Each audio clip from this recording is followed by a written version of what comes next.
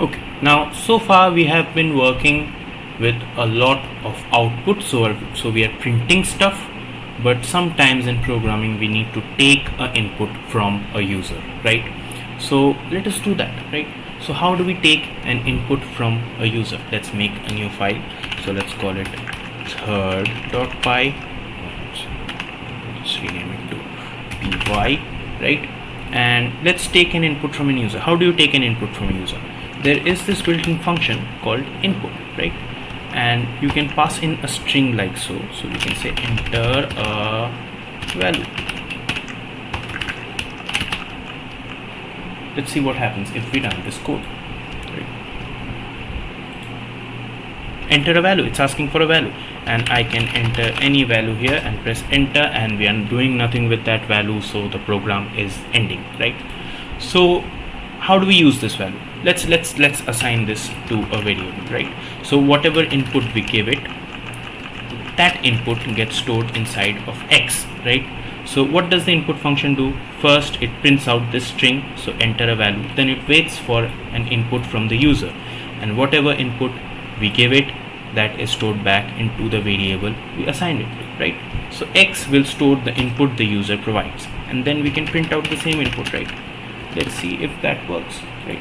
So it's asking me to enter a value, and let's type down hello, and that is what it prints back. So x is storing hello, then printing it back out, right? So what if I want to store a number and add two numbers together? Let's try this. So we can do enter a number, and we can write enter another number, great. And let's change this variable name to y, and let's just print x plus y, right? Okay, and let's see what happens. So enter a number. Okay, let's enter 14 and enter another number. Let's enter 5. Now before I enter it, I want you to imagine what's going to be the output. So what is 14 plus 5? It should be 19, right? So I don't think it's 145, right? So why is that happening? We have another function known as the type function, right? So we can check the type or data type of any variable using the type function. So if we put this type inside of a print, right? So we are printing what the type of x is, or printing the data type of x. Similarly, we are printing the data type of y. Let's see what they tell us, right? So again, I'm going to input 14 and I'm going to input 5, right? So you can see it tells us that it is a class of str. What does str mean? Str means it's a string.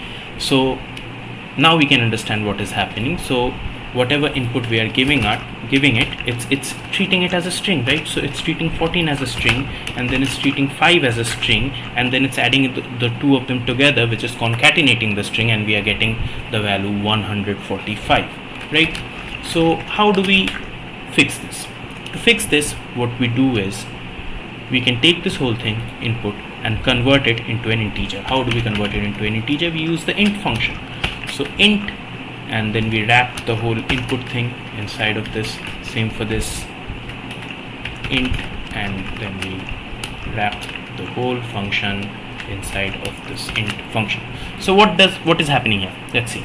So input is first printing this, then waiting for our input. Whatever input we pass in, that is being converted into an integer and then stored back into x, right? And the same thing is happening for here. So this is being printed first, then it's waiting for our input, and when we pass in an input, it is changing that to an integer and putting it back into y, right? So this should work now. Let's see if we run this. Let's input 14. Okay, good sign here. It's saying class of int, right? And let's input 5, and we are getting the correct value 19, because both of these values are integers now. So let's try something else. If I run this again, I can enter 14 here, but what happens if I enter hello here? How do you convert hello to an integer? You can't. That is why it shows up with this error, right? So what did we learn here? We learned of three functions. First is we learned about print function. What does the print function do? print function takes a value and just prints it to our screen. We learned of the input function. What does the input function do? It takes in an argument, prints it to the screen, and then waits for the user's input. Now by default, the value for an input function is a string, right? So whatever value you give it, it will treat it as a string. You can change that using the int function. So you can convert any string to an integer with the int function. You can convert any string to a float using the float function, right? And you can convert any string to a boolean using the bool function, right? And what is funny is you can use this bool function here. Let's just say print bool of 14. Let's see, is 14 a true value or a false value? Let's see. We'll just do this and this, and see, it's showing up as true. So the thing is, anything will show up as true unless it is either 0 or it is none, right?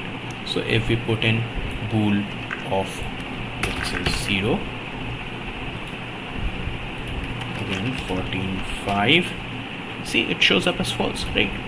Also an empty string will show up as false, so we can pass in an empty string into the bool function. Let's see, 14 5, and once again it is showing up as false. And none is a special value which evaluates to false, right? Let's see, 14 and 5 and false again. Everything else will always evaluate to true. So I can put in 14.541321 divided by 2, right? And this will show up as true. So 14 5 true, right? Correct.